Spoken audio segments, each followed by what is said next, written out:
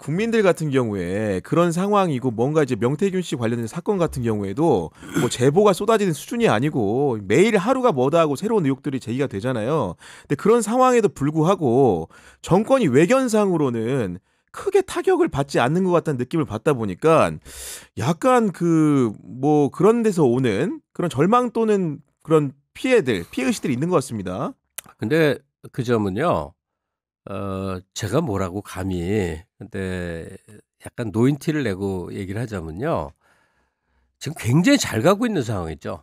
상황 민주 예 자체는요. 예. 진보와 민주의 입장에서 보자면 갑갑한 건 사실인데 저 무도한 권력이 어떻게 하루아침에 무너지질 않나 음. 하는데 그렇게 쉬운 건 아닌데 예를 들면 정윤회 문건이 터져서 박근혜가 퇴진하기까지 만 2년이 걸렸거든요. 음. 앞으로도 만 2년 걸리면 그건 큰일 날 얘기고 그렇지는 않고 내년 봄까지는 뭐 무슨 결론을 봐야 되지만 지금 진전되는 속도를 보면 그렇게 부정적인 상황은 아니고 저들의 네. 권력이 견고하게 상황을 통제하고 유지되고 있다는 건 정말로 정말로 그건 애들 말로 뻥합니다. 그 아닌 척이 그냥 음. 비춰지는데 그냥 속이 다 보이잖아요. 예. 네. 그런 상황인 건데 그럼에도 불구하고 이런 전국 상황에서 뭔가 유쾌한 발상이나 상상을 해 보자는 제안들이 없다 보니까 과거에 갇혀 가지고 뭔가 이 현상 타파를 못하는 게 아닌가 요런 우려들이 좀 있거든요. 유쾌한 발상이요? 아까 인제 차림도 좀 이렇게 가볍게 하고 우리가 뭐 집회 현장에 가자 이런 제안도 해 주셨는데 어떤 제안이나 이런 걸 해 보면 생각을 해 보면 쪼금 좀 기분이 리프레시 될 수 있을까요? 일단은 뭐 민주당, 조국혁신당 등등 국회를 구성하는 구성원들이 제가 보는 견지에서는 적어도 자세히 있어서만은 역대 최고거든요.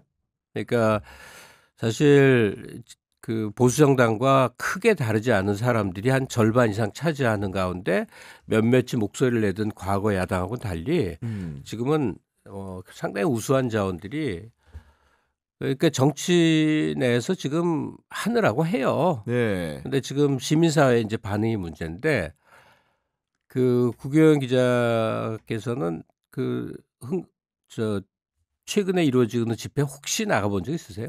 저는 사실은 먼발치에서 보기만 했습니다. 보긴 예. 하더라도 네. 근처는 가 봤다 이거죠. 네. 오늘 제가 얘기 드리고 싶은 거는 이럴 때 시민이 무슨 역할을 해야 돼? 난 뭘 해야 되지? 이걸 사실 얘기하고 싶어서 온 거예요. 네. 그럼 두 갈식으로 결론부터 얘기를 하자면 그냥 시위에서 머리 하나 보태는 겁니다. 그러니까 제가 기억을 쭉 더듬어 가니까 음. 1978년 대학교 1학년 때 그때 유신 반대 시위를 한번 크게 6월 달에 벌어진 일이 있는데 그때 멋모르고 인제 시위장에 나가서 그로부터 지금까지 몇 년이야? 78년부터 계산하면 한 40년 넘나요? 40-50년 대충 되죠? 계산해 보면은 그렇죠. 네. 40-50년 됩니다. 예. 네.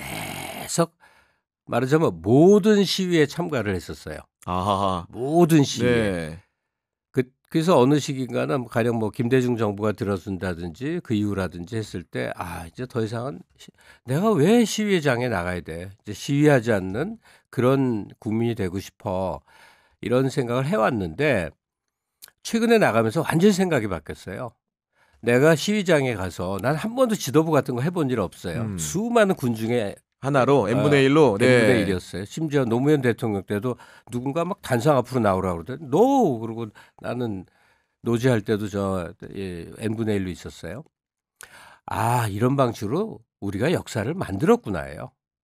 그러니까 시위를 했다는 게 무도한 정권에 대한 항의가 아니라 네. 그 항의의 방법으로 태국이 될 뻔하고 미얀마가 될 뻔하고 필리핀이 될 뻔한 나라를 우리가 계속 만들어 왔구나 하는 효능감을 새삼 느끼게 된 거예요. 현장에서 네. 그게 다른 나라와 한국의 비교되는 점이에요. 왜냐하면 중진국에서 살짝 넘었으면 상층부들이 모든 권력과 부를 독식해서 나라가 정체되려는 네. 위험은 늘상 자리하는데 음. 그거를 끊임없이 막아낸 게 시민의 능력인데 생각해 보니까 이건 안 되겠다 해서 거리에 나와서 구호 한번 외쳐주고 목소리 한번 보탠 게 오늘의 역사를 만들어 왔구나. 그러니까 시위 참여가 현재로선 가장 중요한 건데요. 그 시위에 나가서 구호도 외쳐보고 목소리도 외치는 사람들 뇌리에 또 뭐가 있었느냐. 지금은 너무나 많이 개방돼 있고 소통 구조가 온라인으로 다양화돼 있지만 이렇게 콱 막혔던 시절에는요. 친구들하고 아는 사람하고 만나서 정부를 맨날 꾸며봤습니다. 공론장에서 이제 이런 얘기들을 유쾌하게 할 수 있어야 된다는 네, 거고 네. 최근에 집회를 다녀오신 분 중에 상당수는 또 너무 딱딱하다 이런 얘기 하거든요. 그러니까 바로 지난주 숭례문 앞 집회를 보면서 사실은 좀 실망감을 넘어 약간의 분노까지 느꼈는데 일단 그 사실 민주당 집회였어요. 그 6시에 한 네, 게. 선생님이 참여하신 집회는 네. 아니 그전에도 이제 그전에도 오락가락 계셨던 거고, 했는데 네. 역시 당연히 민주당 지지자니까 숭례문에 와서 이제 참여를 했는데 이루 말할 수 없이 문제가 많았어요. 노잼. 노잼에 대해서 얘기하자면 야 이게 뭐냐 뭐 글쎄 저는 그 모르겠는데 일단 다 같이 일어나서 국기에 대한 경례, 애국가 제창, 순국 선열에 대한 묵념. 아니 여기는 뭐 조회하나요? 지금 데몬스트레이션 현장이야. 이게 그리고 국회의원들이 차례로 한 사람 한 사람 긴 발언. 이건 안 되겠구나. 네. 조금 이따 말씀드리겠는데 대중 집회는 민주당이 주도해서는 안 된다는 게 아주 여실해요. 그중에는 운동권 출신의 이 투사형들도 많이 있는데 네. 일단 당이라는 외피 속에 있는 한 안 되겠구나. 네. 그다음에 민주당은 의석도 그렇고 그다음에 당비도 그렇고 돈 많은 정당이라는 거 아니에요. 맞아요. 옛날 가난한 야당이 아니잖아요. 아니 저는 이렇게 섹션이 하나 둘 이렇게 나뉘어 있었거든요. 네. 근데 맨 첫 번째 섹션에 뒷줄에 앉았었어요. 목소리가 거의 안 들리는 거야. 왕왕왕왕. 아니 그 스피커 상태가 영 엉망이었나 보네요. 말이 안 돼. 네. 에코가 들어가서 그런 거거든요. 선생님 또 귀가 청력이 민감하시지 않습니까? 아니 안 이게. 들려. 그래서 나중에 네. 보니까 밴드가 나오면 음악이 아름다우려면 네. 아니 근데 아주 조그마한 촬영을 나가도 오디오는 반드시 한 명이 별도로 따라 붙게 있거든요. 사운드 체킹이 너무 중요한 거서. 네. 그래서 정말 이것들이 미쳤나. 내가 옆에 앉으면 마누라한테 쌍소리를 하고 그랬다고. 저 새끼들 아니 여기다 돈을 안 쓰면 어디다 돈을 쓰는가 해서 저는 처음에 마이크가 나빠서 그런 줄 알았어요. 네. 그래서 화가 나서 음료수 마시러 나와서 저쪽 뒤쪽 섹션으로 가니까 잘 들려. 거기도 잘 들려요? 네. 음향 체킹을 아무렇게나 한 거야. 그러니까 구간별로 정유밀하게 해야 되는데 네. 일부는 스피커가 잘 들리게 일부는 안 들리는 그 지역이 있었다는 거죠. 어디는 네. 에코가 팍 들어가고 어디는 하여간 그 촛불 행동 시민연대 마이크 훨씬 잘 들렸어요. 그랬구나. 네. 그러니까 그런 섬세함이 빠졌다는 거는 이 집회를 이 사람들이 소중히 안 여기나? 국민이 자기 의사 표출하는 방법이 당연히 투표가 제일 커요. 네. 그다음에 여론조사 응답이에요. 근데 한국은 다른 특성이 있단 말이에요. 광장 집회가 있죠. 네. 거리의 시민 항쟁으로 역사를 만들어 온 나라라고. 프랑스는요. 소수가 극렬하게 거리에서 도로에서 불태우고 불지르고 난리를 치는데 한국은 너무나 평화적으로 대신 다수의 몸빵으로 그 압력으로 역사를 만드는 나라라고. 거리 시위는요. 투표만큼 중요한 행사예요. 근데 그날 나와서 노래 부르신 분께는 대단히 죄송하지만 저도 그 노래는 대중들이 그리 좋아하는 그런 인물이 아니에요. 그러니까 전체적으로 폭망 집회인데 제가 민주당을 아끼는 사람으로서 이 얘기를 할 때는 좀 고언이라고 들으시라고. 네. 그렇게 고루하게 그렇게 마이크를 포함해서 준비성 없게 그렇게 재미없게 시위를 주도했다는 거는 그냥 별로 소중히 안 여긴다는 뜻 아닐까 이렇게 여기는 거예요. 그러면 주최 측의 문제가 그런 부분들이 있다는 건 제가 공감이 되는데 사실은 참여자들의 자세나 태도도 아까 선생님 말씀한 그 기조에 따르면은 조금 더 무거움을 덜고 가볍고 경쾌한 발걸음으로 해야 된다는 말씀 아니십니까? 참여자들의 자세에 대해서는 제가 살짝 반론이 있을 수 있는 그냥 네. 저의 소박한 개인 생각. 주장 몇 가지만 네. 좀 펼칠게요. 첫째는 이거 기혼자는 안 되겠구나. 웬만하면 혼자 가라. 아, 거기서 짝을 만나야 돼. 시위 현장의 특성이 뭐냐? 아니 아까는 그 사모님하고 같이 나갔다는 취지의 증언 아니셨습니까? 저는 혼자 못 가요. 마누라가 너무 강경 진보야. 그래서 그 나 혼자 나가면 혼나요. 네. 그래서 옛날부터 결혼 이후로 항상 같이 아, 그렇군요. 나가요. 네. 나 혼자 하고 싶은데 그게 안 돼. 근데 자꾸 동창별, 네. 모임별 이렇게 그룹으로 오는데 그러면 또 그들끼리만 어울리잖아요. 끼리끼리. 네. 근데 시위 현장의 특성은 정말 아무나 하고 얘기하거든. 옆에 있으면 그냥 처음 보는 사람이야. 근데 와 얘기하고 막 아무나 얘기하거든요. 뭐 음식도 나눠 먹고 이렇게. 먹을 거 있으면 그냥 아무나 음. 주고받고 그러죠. 네. 물 마시다가 뭐 드세요 막 주고. 그게 시위 현장에 그리고 그 시위가 절박하면 할수록 그래요. 전두환 시절에는 뭐 탁 너무 여학생 탁 세우면 나 연대 그럼 나 숙대 뭐 그랬대. 그럼 탁 일으켜서 둘이 막 뛰다가 네. 어느 장면에서는 포옹하고 뭐 그 영화에서나 볼 법한. 아니 네. 실제로 많이 있었던 일이에요. 실제로. 근데 제가 지금 우리 시위의 엄숙성을 네. 뭐 가볍게 얘기하고자 그런 건 아닌데 이거는 사회 동포주의가 좀 발휘되는 공간이어야 된다. 우리는 낯선 사람한테 굉장히 낯을 가리는 민족이거든요. 맞아요. 네. 그 잘 모르는 사람 지나갈 때 안녕 하고 웃으면 미친놈 돼요. 근데 그 적어도 시위 현장은 아무하고나 얘기할 수 있는데 그렇게 해서 서로 친교도 맺고 그러니까 동성애 친구도 만나고 네. 외로운 사람들은 짝도 그 만나고. 자리에서 이성을 네. 만나면 얼마나 좋아. 8시 이전엔 끝나니까 애프터로 맥주 마시러 탁 가는 거지. 하여튼 그런 장이었으면 좋겠고 네. 그러기 위해서 제가 꼭 부탁드리는 거 젊은 층은 말할 필요가 없지만 요즘 다 멋쟁이니까 옷 좀 잘 입고 가자. 차려입고 가자. 예. 네. 캐주얼로 그러니까 요즘은 뭐 이렇게 전경한테 짓밟히고 뭐 옷 찢어지고 이런 일은 상대적으로 적잖아요. 네. 앞으로는 겁줄 나고 좀 그게 강화될 텐데 그 정도는 겁내지 마시라고. 뭐 목숨도 잃고 그러는 게 과거 일인데. 그러니까 멋지게 차리고 와야 이게 유쾌한 카니발처럼 기분이 나요. 그리고 좀 더 열심히 하게 돼. 네. 그러니까 60 넘은 인간들에게 그러니까 내 또래들에게 감히 명하노라. 등산복 좀 입지 마라. 정답이다 이거는. 정말 진짜 미치겠어. 정답이다. 예. 네, 미치겠어. 야 정말 정답입니다. 네.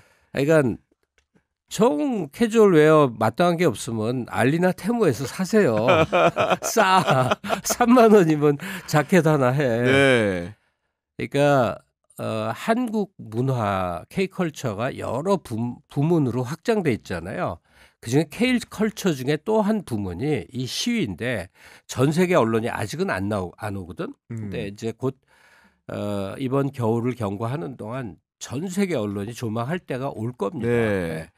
근데 우리 좀 멋있게 차려입고. 차려입고 나가서 그 시위 현장에서 목청 높여 외칠 때 하나는 분노, 또 하나는 우리의 자부심, 우리가 역사를 만든다는 그래서 오늘의 한국이 만들어졌다는 이 자부심이 동시에 표충됐으면 좋겠다. 그러려면 네. 코디를 근사하게 하자. 그리고 코디를 근사하고 시민 발언대도 마련되고 자유롭게 각계 의견 개진이 가능하려면 아마도 이제 이런 것들 집회를 이제 주관하는 주체 세력들도 약간 뭔가 좀 안정적으로 바뀔 필요가 있지 않을까요? 그 얘기는 제가 꽤 좀 심각하게 말씀드리는데 과거에는 이제 정당 크기보다 시민사회 영역이 더 컸었어요. 그래서 그들의 발언권도 커지고 정당에서도 이제 그들의 영향력에 많이 기대고 특히 사람들을 거기서 많이 이제 끌어왔거든요. 국회의원 후보들을. 네. 근데 이제 한 2000년대 20년이 접어드는 내내 시민사회 영향력이 현저하게 줄어들었어요. 그 중에 하나는 이제 갈등 국면이 많이 해소됐다는 측면도 있는데 또 다르게는요. 진보 정권, 보수 정권 할 것 없이 시민단체를 타락시켜 온 거예요. 그러니까 자기에게 우호적인 시민단체들을 돈으로 네, 매수했어요. 보조금으로. 네. 그러니까 문재인 정부 때도 그게 굉장히 심했어요. 사실은 시민운동이라는 것은 배고픈데 사명감과 자부심으로 하는 게 시민단체여야 되는데 그렇죠. 네. 도대체 듣도 보도 못한 데들이 별게 다 있는데 다 사무실 차리고 사람 고용하고 보니까 다 보조금 갖고 하더라고. 그건 관비한 단체죠, 그거는. 네. 그러니까 시민사회 타락을 보수만 일으킨 게 아니었구나. 정말 진보 쪽도 정말 문제 많아요. 그래서 이제 그러니까 시민단체가 힘을 잃어버렸네. 그리고는 그 기대치가 정당으로 쏠리니까 지금 민주당이 너무 많은 걸 떠안고 있는데 시위란 한국 규모에서는 100만이 완성이에요. 다른 나라는 뭐 3만이 모이면 뭐 엄청난 시위라고 대서특비라고 난리가 나는데 한국은 그 스케일이 중국보다 커요. 시위 문화는. 근데 그러려면 민주당 내지는 야7당이 주도하는 방식으로 지금처럼 흘러가면 확장성은 현저히 무너집니다. 아, 정당 중심으로 공고가 되면 그건 네. 곤란해요. 그러니까 시민사회를 복원할 수 있는 어르신들은 지금 여전히 펄펄하게 건재하죠. 눈 부릅뜨고 있고 그다음에 조금의 이권에도 개입하지 않는 그런 분들이 정말 많아요. 정말 많아. 그러니까 대학 때 학생운동이나 노동운동 하다가 영원히 현실로 돌아오지 않은 사람들이 네. 지금도 많이 있거든요. 나이들 많아져 갖고. 그러니까 저는 함세웅 신부님께 80이 넘으신 분께 정말로 죄송해서 엎드려 절이라도 하고 싶은 마음으로 지금 대표 얼굴이 되어 주십시오. 이렇게 말씀드리고 싶어요. 네. 그러니까 함세웅 신부님 같은 분을 정점으로 해서 과거에 범민련 같은 이런 단체가 있대.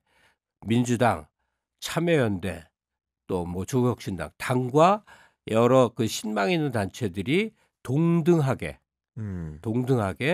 참여하는 그런 이제 광범위한 윤석열 퇴진 범국민 시민 운동이 마련이 되고 거기를 중심으로 앞으로의 그 시민들의 항의나 여러 가지 이제 지금은 위클리로 하지만 아마도 이제 위클리일 수가 없을걸요. 그거에 네. 대비해서 프로그램을 해나가야 되고 그리고 무엇보다 지금은 서울만 하잖아요. 네. 전국 조직화하기 위한 움직임을 부산히 해야 된다. 그리고 이제 그렇게 말 그대로 주체를 이렇게 변경이 되고 그런 상황 속에서 무엇보다 중요한 건 또 아까 뭐 위클리 얘기, 뭐 데일리 얘기 하시는데 그 프로그램이 중요한데 문화 전문가로서 프로그램 구성이나 이런 것들을 좀 약간 이렇게 첨언을 해주신다면 어떤 방식으로 해야 될까요?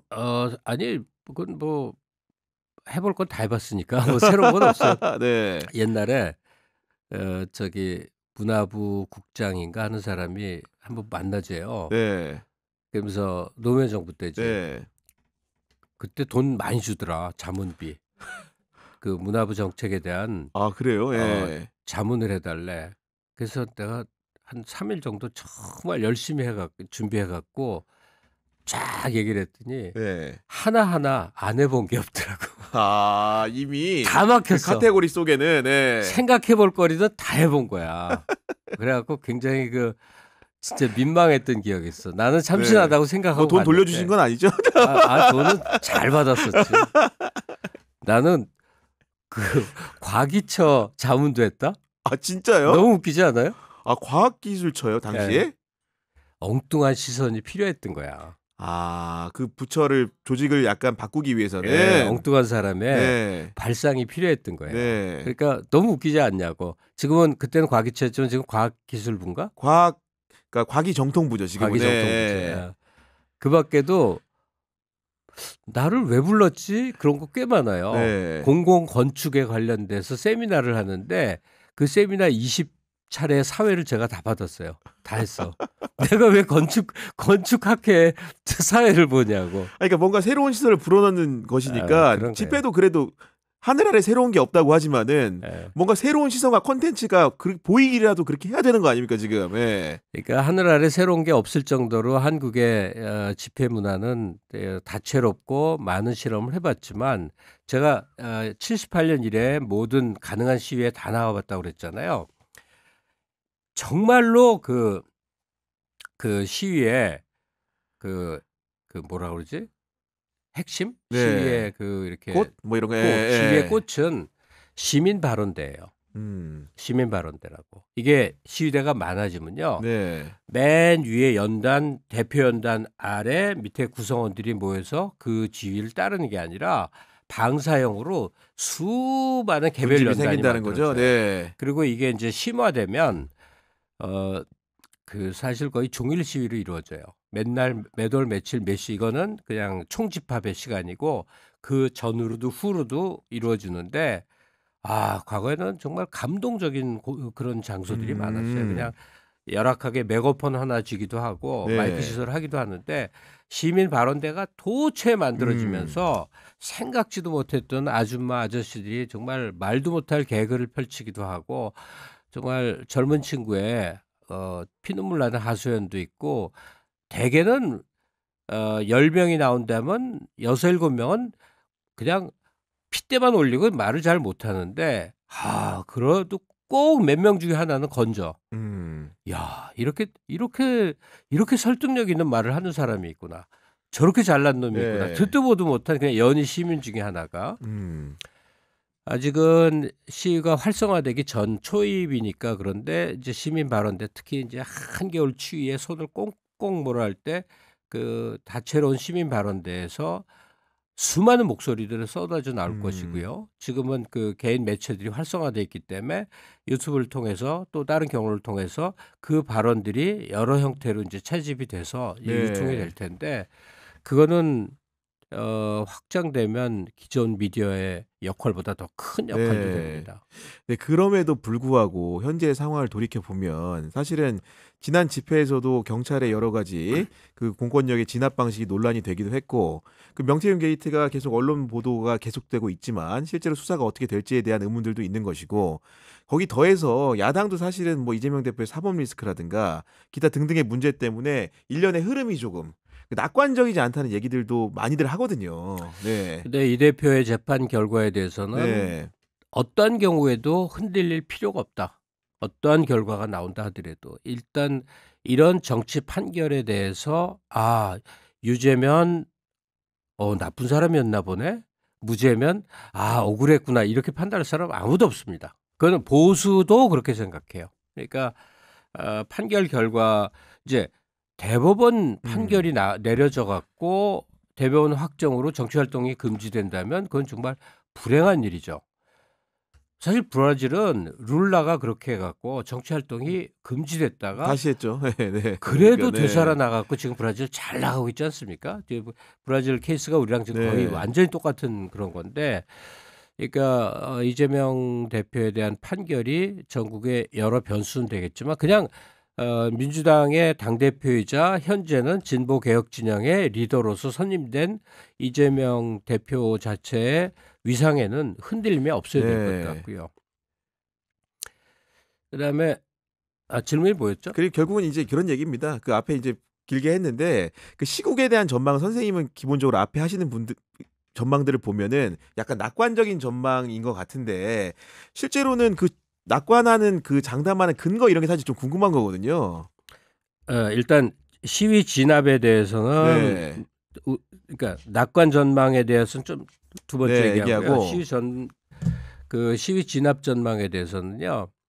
그 강경 진압이 언제까지였냐면 MB 정부 때였어요. 맞아요. 예. 그때 물대포였잖아요. 근데 물대포가 무섭던가요? 백남기 노인이 돌아가신 거는 가슴 아프지만 그 정도가 강경책이면 진짜 아무것도 아닙니다. 그건 한국의 역사를 아는 사람들이라면 그것조차도 요즘은 살수차가 동원이 쉽게 안 될 겁니다. 네. 맞아 죽기도 했던 게 우리나라고 그런 역사적 체험을 안고 있기 때문에 지금 2024년도에 강경 진압을 했다 하면 이건 전 세계에 타전되면서 SNS를 통해서 이 정부는 자기 명줄만 저기 할 것이기 때문에 아마 항상 지금 이제 완전 군장들하고 나오거든요. 이게 겁주는 거거든요. 근데 절대로 겁내지 마라. 왜냐 완전 무장하고 강경 진압하는 그 경찰들을 화장실에서 마주쳐요. 시민입니다. 예. 네. 나란히 소변 보고 얘기 나눠보면 똑같은 사람들이야 우리랑. 이거 두려워할 필요도 없고 그다음에 시위대를 이제 기술적으로 자르거든요. 이렇게 네. 자르고 저렇게 자르고 해서. 근데 그걸 또다시 봉합하는 시위대 기술이 우리가 경찰보다 머리 위에 있어요. 그러니까 아무 염려 마시고 네.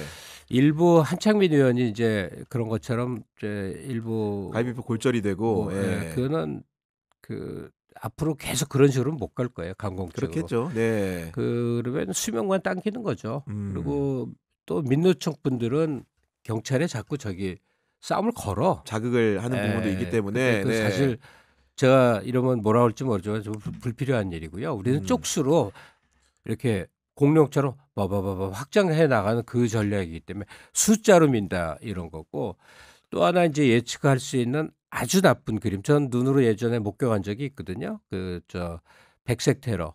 그러니까 저쪽에서 준비된 시위대 싸움을 걸어오는 형태. 네. 되게 어떤 형태로 하냐면 시위대 입장에 서요. 시위대처럼 해. 들어와 있어 처음에는. 네. 그래서 경찰을 망치나 쇠파이프 같은 걸로 경찰을 패는 거예요. 사람들이 봤을 때는 그 군중들이 한 것을 보이게. 그렇게. 내가 그걸 목격을 했었거든요. 네. 그때. 이제 그게 가장 고전적인 수법이에요. 그렇게 해서 와르르 경찰 그 저지선을 무너뜨린다든지 못 무너뜨린다 하더라도 그 폭력을 이제 조중동에서 와장창 크게 기사화하는 게 이게 하나 있고 또는 그 보수라고 했던 태극기 부대 중에서 정예를 뽑아서 이제 진보 이 시위대랑 이제 물리적 몸싸움을 네. 그 걸어오는 거죠. 근데 이거는 철칙이니까 이건 반드시 하셔야 돼요. 네. 때리면 맞아라요, 무조건. 때리면 맞아라. 그 맞는다고 죽지 않거든. 네. 저도 좀 맞아봤는데 때리면 맞아라요. 맞으면 어떻게? 증거남기라는 거죠. 누군가 저쪽에서 이제 경찰이건 백골단이건 그 태극기 부대건 때려서 주먹질하고 발로 차고 엎어뜨리면 맞는 수밖에 없어요. 대신 네. 옆에서 열심히 증거를 찍어야 돼요. 그거가 이기는 길이기 때문에 하여간 백색 테러에 대해서 대비책은 하여간 우리가 맞아가면서 증거를 내세워서 네. 그걸로 이제 그 상대를 제압하는 그런 방법밖에 그리고 없죠. 마지막으로 그 낙관적 전망을 하시는 개인적인 경험 데이터 선생님한테 좀 있을 것 같거든요.